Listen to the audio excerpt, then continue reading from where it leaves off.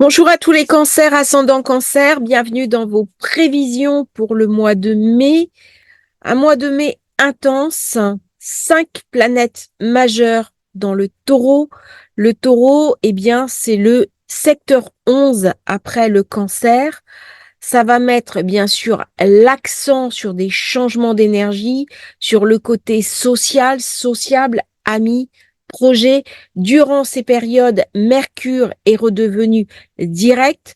Pendant quelques jours encore, jusqu'à peu près première semaine du mois de mai, eh bien, on est encore un petit peu suspendu. À partir de la nouvelle lune, eh bien, ça va commencer à lâcher, ça va commencer à avancer, ça va commencer véritablement à reprendre son cheminement habituel. C'est un mois aussi où on va avoir plusieurs week-ends pour se reposer.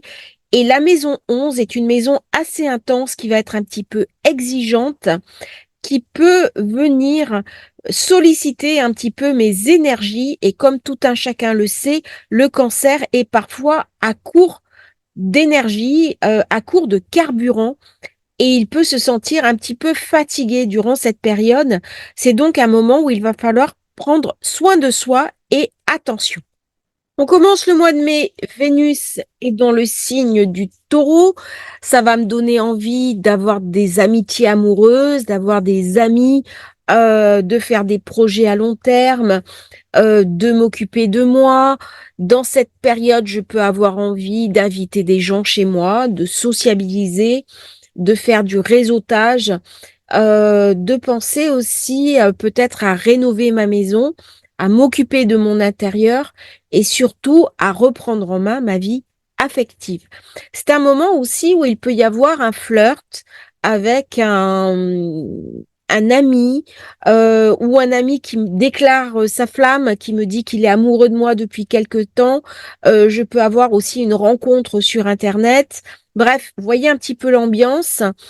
Les relations de la maison 11, qui sont normalement une zone plutôt amicale, plutôt collaborative, eh bien là, elles vont prendre des allures affectives parce que je vais avoir beaucoup de plaisir à rester tard le soir, à travailler, peut-être à être avec un collaborateur, et puis à un moment donné, ça va un petit peu déraper. On va aller vers quelque chose de plus affectif, de plus intime. Donc, durant tout le mois de mai, je vais avoir beaucoup de soutien de la part d'amis, d'associés. Je vais pouvoir me concentrer sur mes objectifs. Quelles sont mes aspirations? Tout ça un petit peu pour le début de mois de mai. La nouvelle lune va se passer le 8 à 18 degrés du taureau. Bref, dans le secteur des projets à long terme, de ce que j'ai envie de développer. C'est le moment de regarder son activité. Qu'est-ce que je veux faire de moi? Qu'est-ce que je veux dupliquer? Dans quoi je veux me lancer? À la fin du mois de juin, du mois de mai, pardon, ça va être un petit peu plus tendu parce que le 16, j'ai Mercure qui rentre en taureau. Il va m'amener de l'intelligence, de la compréhension. Il va m'amener des nouveaux amis. On peut se sentir très à l'aise avec des personnes plus jeunes que nous. On peut avoir recours à un commercial, à faire des actes de commerce, à échanger, à parler. On va avoir beaucoup plus de facilité à exprimer ses opinions. C'est idéal pour toutes les personnes qui sont dans la communication, dans le digital, dans le marketing. Je vais avoir des facilités pour convaincre, pour envoyer des mails, pour publier.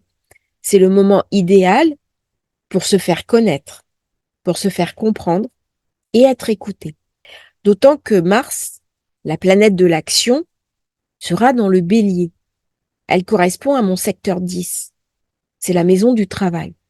Autant dire que ce mois-ci, alors même qu'il y a beaucoup de ponts, je vais être très engagée au niveau professionnel.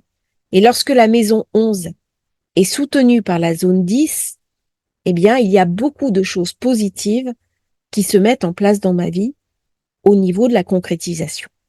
Je vais donc pouvoir mettre en place des projets pour construire sur le long terme, commencer à travailler et à les développer. Durant le début du mois de mai, j'ai Jupiter, la prospérité, qui m'amène du soutien. c'est la générosité de la part d'amis. Ce sont des associés commerciaux. Il y a beaucoup de réseautage, de sociabilisation. J'ai un soutien financier pour atteindre mes objectifs à long terme. Tout cela me ramène beaucoup de choses positives et la belle conjonction Jupiter-Uranus s'est faite dans ce secteur 11. Autant dire que j'attendais avec beaucoup d'impatience que Mercure redevienne direct pour mettre en application mes nouvelles décisions et surtout m'y conformer.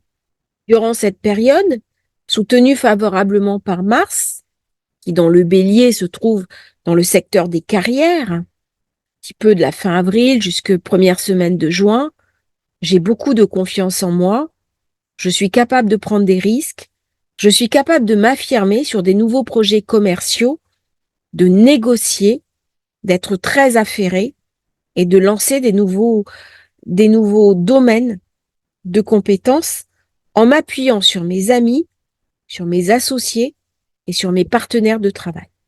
Avec Uranus dans le secteur 11, autant dire que je vais beaucoup m'intéresser aux réseaux sociaux, à la digitalisation, à la communication, au réseautage et à toutes les nouvelles technologies qui vont me permettre de rentrer dans des groupes, dans des cercles qui autrefois m'étaient fermés.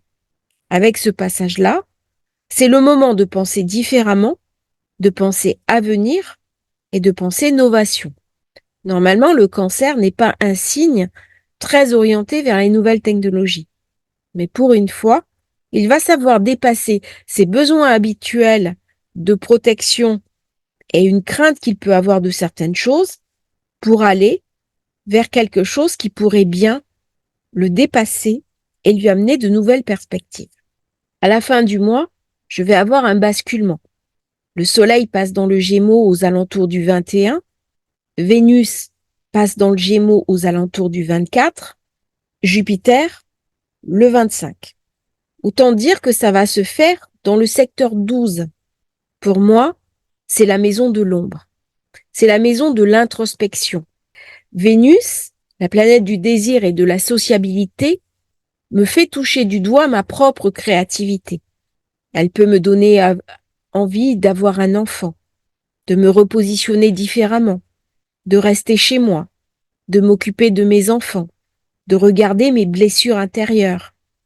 Elle peut être un petit peu déprimante, car on peut se sentir coincé, à l'étroit. Par contre, elle va me donner des opportunités pour guérir des vieilles blessures. C'est le moment idéal pour s'intéresser à des pratiques spirituelles, à être en empathie avec les autres et à ressentir son âme charitable. Elle va m'inviter à rentrer dans une introspection profonde, d'autant que Jupiter, le chanceux, l'optimiste, qui arrive pour la première fois depuis 10 ans en Gémeaux, sera là pour un an. Mais Jupiter, c'est également la planète de la philosophie, de l'apprentissage, de la religion. Elle va m'inviter à rechercher des connaissances. Elle est favorable aux pratiques spirituelles de l'esprit. Elle est favorable pour tout ce qui est nouvel enseignement, formation professionnelle, mais aussi une forme de protection. Si j'ai eu des conflits avec d'autres personnes, si je suis dans des situations difficiles, c'est le moment de libérer un petit peu les tensions et de regarder en face ce qui m'a bloqué jusqu'à présent. C'est un moment aussi où je vais devoir me recentrer. Je vais peut-être avoir un petit peu moins d'énergie et c'est le moment pour s'éloigner un petit peu d'une manière raisonnée de ces activités externes pour se recentrer sur l'intérieur, étudier, rechercher et se préparer. C'est important aussi durant cette période avec Uranus qui est dans ce secteur 11, qui a une importance majeure, de se poser la question de ce que je vais vouloir faire de ma vie pour les 5 prochaines années et regarder un petit peu ses rêves et ses aspirations sur le long terme. Là, on ne vient pas me parler de ce qui se passe dans ma vie maintenant, mais plutôt comment je me projette dans quelques années. Avec le Soleil qui sera lui aussi dans le secteur 12, on ne vient pas me parler d'obscurité, mais plutôt d'éclairer mes ombres et voir concrètement et avec objectivité ce qui m'a bloqué jusqu'à présent afin que je puisse m'en libérer. Autant dire que durant cette période, je vais pouvoir atteindre des objectifs long terme, construire, développer ses propres compétences, pourquoi pas lancer sa propre entreprise qui va de toute façon être accompagnée de nouvelles compétences professionnelles. Si la nouvelle lune qui se déroule en taureau se déroule à côté d'Uranus, Uranus qui m'amène de l'innovation, une énergie très puissante, une énergie qui va me donner des nouvelles opportunités, un côté un petit peu révolutionnaire, un intérêt très particulier pour la technologie, pour l'indépendance et surtout pour le besoin de me libérer. Avec Uranus dans le secteur 11, on a envie de travailler pour soi, d'être indépendant. On vient me parler aussi d'entreprises en ligne. On va être davantage tourné vers le conseil, vers vers le coaching. On va utiliser des technologies d'ordinateur. La nouvelle lune va nous montrer des nouvelles manières de vivre notre liberté, notre indépendance. Eh bien, par contre, la pleine lune du 23 qui se passe en Sagittaire, elle va venir éclairer tout cela. Elle va apporter des nouveaux objectifs, des nouvelles aspirations. Elle va amener une nouvelle compréhension. Alors, elle est en Sagittaire, en signe de feu. Elle tombe dans le 6e secteur. C'est la zone du quotidien, de la santé. C'est le moment pour prendre soin de soi, pour faire du sport. C'est le moment aussi de regarder ce qui se passe dans mon travail, d'améliorer ses compétences, mais aussi de voir qu'est-ce que je peux mettre en place pour être plus performant. Est-ce que je reste dans ce métier, dans ce travail, ou est-ce que je le quitte parce que j'ai envie de liberté personnelle? Il y a quelque chose dans ma carrière qui peut-être aujourd'hui ne me satisfait pas pleinement. Comment je peux améliorer? On va me parler d'amélioration au niveau de sa vitalité, puisque le soleil, actuellement, il est dans le secteur de l'ombre. Donc, je peux me sentir fatiguée, je peux me sentir épuisée, je peux avoir des responsabilités qui ne me correspondent plus. Peut-être qu'on m'a proposé une promotion que j'ai acceptée, mais au bout du compte, cette promotion m'épuise complètement. Peut-être qu'au contraire, je travaille trop, je me donne trop à mon activité. Et du coup, j'ai un peu tendance à brûler la chandelle par les deux bouts. Je peux me sentir épuisée. La pleine lune en Sagittaire, ça ramène beaucoup de feu et le cancer est un signe d'eau. Donc le travail compte beaucoup pour soi. Il y a beaucoup de compétences professionnelles.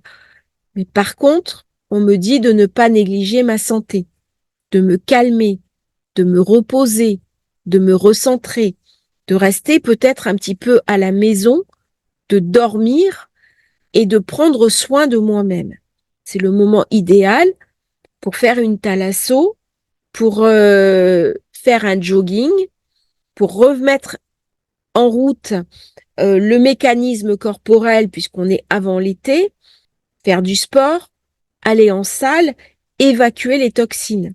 C'est un moment idéal aussi pour soigner son macrobiote intestinal, soigner la zone estomac, la zone intestinale, qui souvent sur les cancers est un peu fragile. C'est donc un mois où je vais avoir envie de sortir, de réseauter, de rencontrer des gens.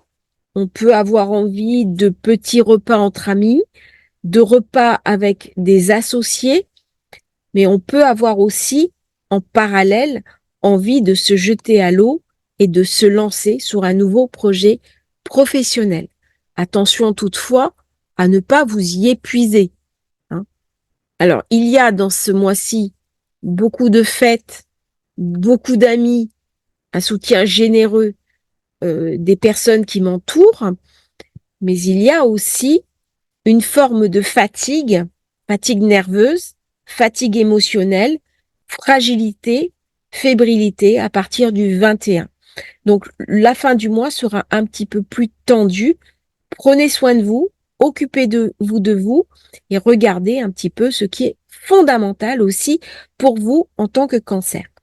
Merci à tous les cancers d'avoir suivi cet horoscope. N'hésitez pas à liker, à vous abonner à la chaîne. Et si vous souhaitez commander votre thème de naissance, votre révolution solaire, vous avez le lien dans la description. À bientôt pour un nouveau partage.